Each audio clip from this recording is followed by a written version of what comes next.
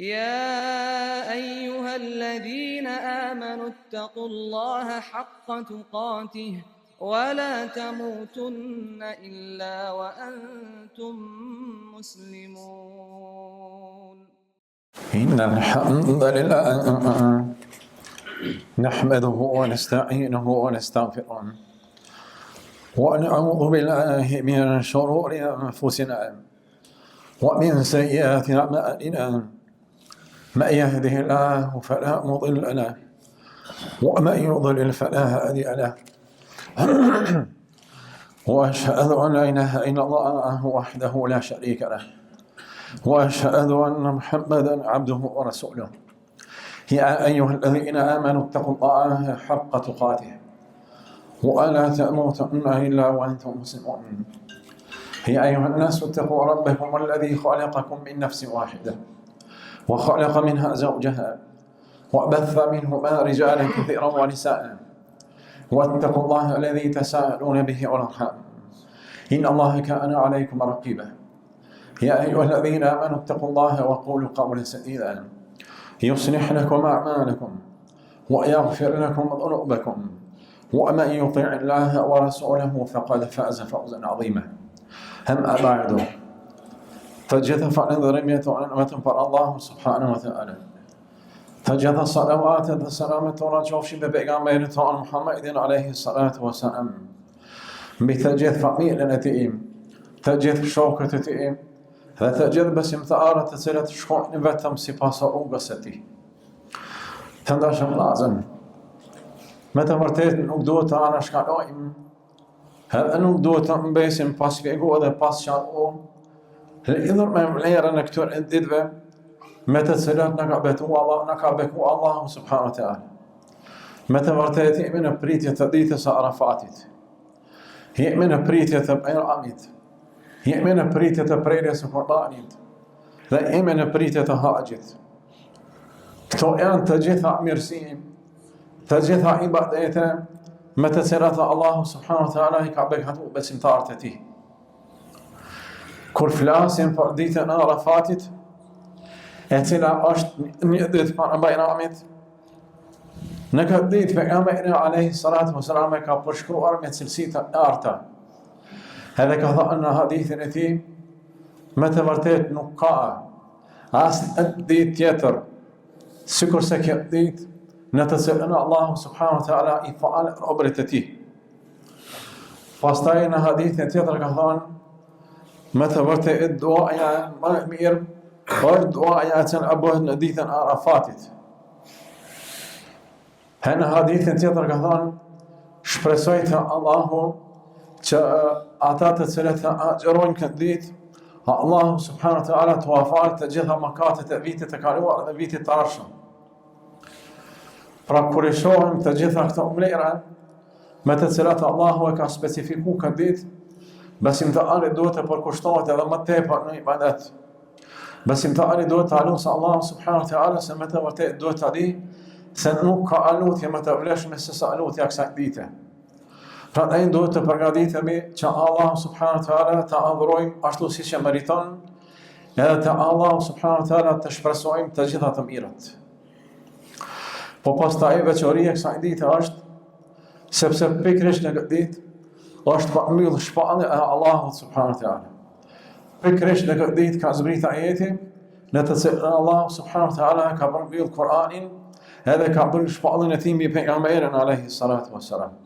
فرعنا يرديت بچند پاستا يرديت نتسرن حاجيت دتا كروين سرمنين كره صورة حاجيت هذا برغتار سوية الله سبحانه وتعالى يومتم شايكا بچو حاجيت نكديت ميرفا الله من مشيرنتي يكا برفشية تجل بس مطاربة تسلوها كعظام منصين شاتات فعلا تسألوها كعظام منصين شاتات بوي بعدت أدب سنوك يعني حاج فبستا إميرسيات يتركتور انديد باشت تشتيا أبريرس قربانيت راجع عبادات بتبچانتا اتسل أدوات كريت سن شاريشت بتن برهيرتا اللهات من آيات الله سبحانه وتعالى تقول إن صلاتي ونسكي ومحياي ومماتي لله رب العالمين ثوئي me të vërtet namazi im, edhe Kur'ani im, edhe jeta ime, edhe vdekja ime, janë vetëm për Allahun subhanahu wa ta'ala. Dietarët e kanë shpjegu këtë ajet, pse Allahu e ka specifikuar çështjen e namazit, edhe çështjen e namazit, edhe çështjen e Kur'anit. Arsyeja ka thonë është se ai besimtar, i cili me të vërtetë është i rregullt në namazin e tij, edhe i cili ka arritur që të jetë i përkushtuar sinqerisht për hir të Allahut në namazin e tij, edhe ai i cili ka arritur që të shpenzojë prej pasurisë së tij sinqerisht për hir të Allahut, atëherë me të vërtetë veprat e tjera do të jenë edhe më të lehta që të kryej për hir të Allahut. Dhe thot: "Wa mahyaya wa mamati lillahi rabbil alamin." Sikurse me këtë ajet Allahu ka dashur me thonë me të vërtetë unë jam ka dhënë jetën, edhe unë jam i cili jam marrë jetën, atëherë duhet të adhuroni vetëm mua. Edhe duhet të jeni të sinqert vetëm për mua. Allahu në ajet tjetër ka thonë: "Lan tanalul birra hatta tunfiqu mimma tuhibbun." Nuk keni me mujtë me arrit atë mirësinë e madhe, vetëm në rast se shpenzoni për hir të Allahut ata që doni. Pasuria është çështja më e dashur për personin edhe për njeriu. Edhe nëse ai arrin ata që ta shpenzoj vetëm për hir të Allahut sinqerisht, për asnjë interes tjetër, atëherë me të vërtetë veprat e tjera nuk do të bëhet fjalë se ai do të kryer me përkushtimin më të madh.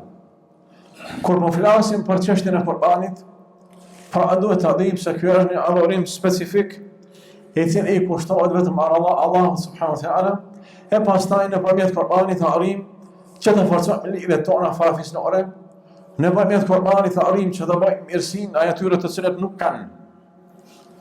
Çështja e Kur'anit i ka disa specifika, i ka disa rregulla.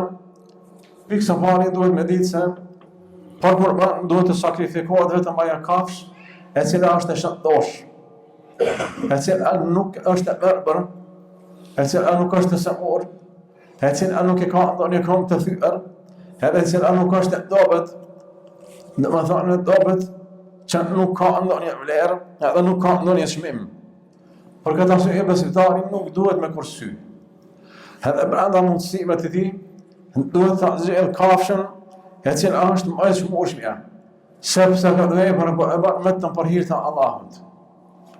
Natyrisht duhet të diskutoj, duhet të bëj pazar në çështjen e çmimit. Edhe nuk ka asnjë çështje të keqe që ai të shtyhet në pazar. Mirë, po në aspektin tjetër tregtarët duhet me pas frikë Allahut subhanahu wa ta'ala, edhe nuk duhet me shfrytëzu çështjen e kohës së Kurbanit që të rrisin çmimet por te asaj që është e arsyeshme. Edhe duhet të kenë frikë Allahut subhanahu wa ta'ala në këtë aspekt. Mirë, po çështja e çmimit të Kurbanit nuk duhet të diskutohet shumë, sepse është një çështje që bëhet për hir të Allahut, prandaj ata të cilët kanë mundësi duhet ta kryejnë, e ata të cilët nuk kanë mundësi, Allahu subhanahu wa ta'ala nuk u ka bërë të obligueshme. Kurbani duhet të fillojë prerja e tij pasi të falen namazin e Bajramit. Edhe pastaj koha e prerjes së Kurbanit vazhdon 4 ditë, deri në ditën e 4 të Bajramit para perëndimit të diellit. Këto janë të gjitha kohë në të cilat besimtari varësisht sipas kushteve të tij mundet me prerë në cilën ditë ka mundësi. Mirë, po pejgamberi alayhi salatu wasalam me praktikën e tij të shkëlqyer, ai ka praktikuar në këtë formë. Më njëherë, posa e ka falë namazin e Bajramit, është kthyer në shtëpi, edhe ka prerë Kurbanin me dorën e vet. Edhe pastaj e ka shpatnar në familjen e tij, edhe në farafisën e tij. Edhe kjo është më mirë e mundshme. Mirë, po nuk ka të keqe nëse nuk i ka kushtet që të porosisë dikon tjetër që të prej në emër të tij, nuk ka të keqe. Mirë, po më mirë është nëse ka mundësi me prej vet, edhe me shpatna vet, sepse kjo vetëm se e shton mirësinë, vetëm se e shton bujarinë, edhe vetëm se e shton dashurinë mes besimtarëve. Aqulu ma tasma'un wastaghfirullaha li wa lakum min kulli dhanbin fastaghfiruhu innahu huwal ghafurur rahim.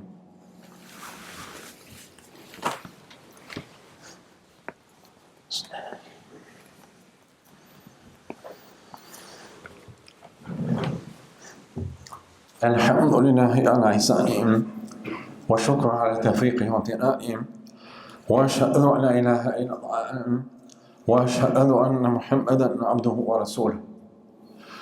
Po pastaj për të flasim për çështjen e haxhit, për të cilën ibadet Allah subhanahu wa taala e ka veçuar me veçori të shumta. Dhe prej veçorive të haxhit është se Allahu e ka caktuar që kjo të jetë shtyllë për shtyllave të Islamit. Prandaj ata të cilët me të vërtetë i kanë kushtet, duhet të përgjigjen thirrjes së Allahut, edhe duhet ta kryejnë këtë shtyllë të Islamit. Natyrisht që në këtë kohë çmimet e haxhit janë shumë të larta. Edhe për një pjesë të madhe nuk janë të përballueshme. Mirë po Allahu subhanahu wa taala nuk e ka obligim të gjithë, nuk e ka bërë obligim për të gjithë, vetëm për ata që kanë. Por duhet të theksoj një çështje. Çështja e haxhit, sikurse të gjitha ibadetet e tjera që e theksuam më herët, është një ibadet që duhet të kryhet vetëm për hir të Allahut. Prandaj nuk duhet të ankohemi shumë për çështjen e çmimeve, se me qëllim çështjen e haxhit askush nuk e ka shtrajtuar. Bashkia Islame nuk e ka shtrajtuar haxhin vet. Mirë po çështjet e çmimeve globale janë ato të cilat e kanë diktuar edhe çështjen e çmimeve të haxhit. Prandaj besimtari, nëse e para kryen sinqerisht për hir të Allahut, ai me të vërtetë nuk e diskuton edhe çështjen e çmimeve të tij. Mirë po nuk duhet ta politizojmë çështjen e haxhit. Nuk duhet të përzim me politikë dhe me ekonomi, nuk duhet të pyesim se ku po shkojnë parat e haxhit, sepse qëllimi jonë është që të adhurojmë vetëm Allahun, sepse qëllimi jonë i sinqert është që t'i parolim vetëm para Allahut subhanahu wa taala, prandaj çështjet e tjera nuk na interesojnë. Edhe ne shpresojmë vetëm shpërblimin te Allahu subhanahu wa taala. Edhe me të vërtetë atij që Allahu ja ka mësuar me shku në haxh, ai do të shohë mirësitë e Allahut. Ai do të shoh përmirësimin e tij në zemrën e tij. Do të shoh përmirësimin në situatën e tij, në pasurinë e tij dhe në familjen e tij. Prandaj për këtë arsye pejgamberi alayhi salatu wasalam ka thënë ai që e kryen haxhin ashtu si duhet, me të vërtetë prej haxhit do të kthehet pa gjunahe, ashtu sikurse ditën kur ka lindur. Ne e lutim Allah subhanahu wa taala të gjithë haxhive, Allahu të pranoj haxhin, Allahu të pranoj duat e tyre, edhe të kthehen në familjet e tyre shëndoshë mirë. إن الله وملائكته يصلون على النبي يا أيها الذين آمنوا صلوا عليه وسلموا تسليما اللهم صل على محمد وعلى محمد كما صليت على إبراهيم وعلى إبراهيم إنك حميد مجيد اللهم بارك على محمد وعلى محمد كما باركت على إبراهيم وعلى إبراهيم إنك حميد مجيد عباد الله واذكروا الله العظيم يذكركم واشكروا على أن يزدكم ولذكر الله أكبر والله يعلم ما تصنعون وأقيموا الصلاة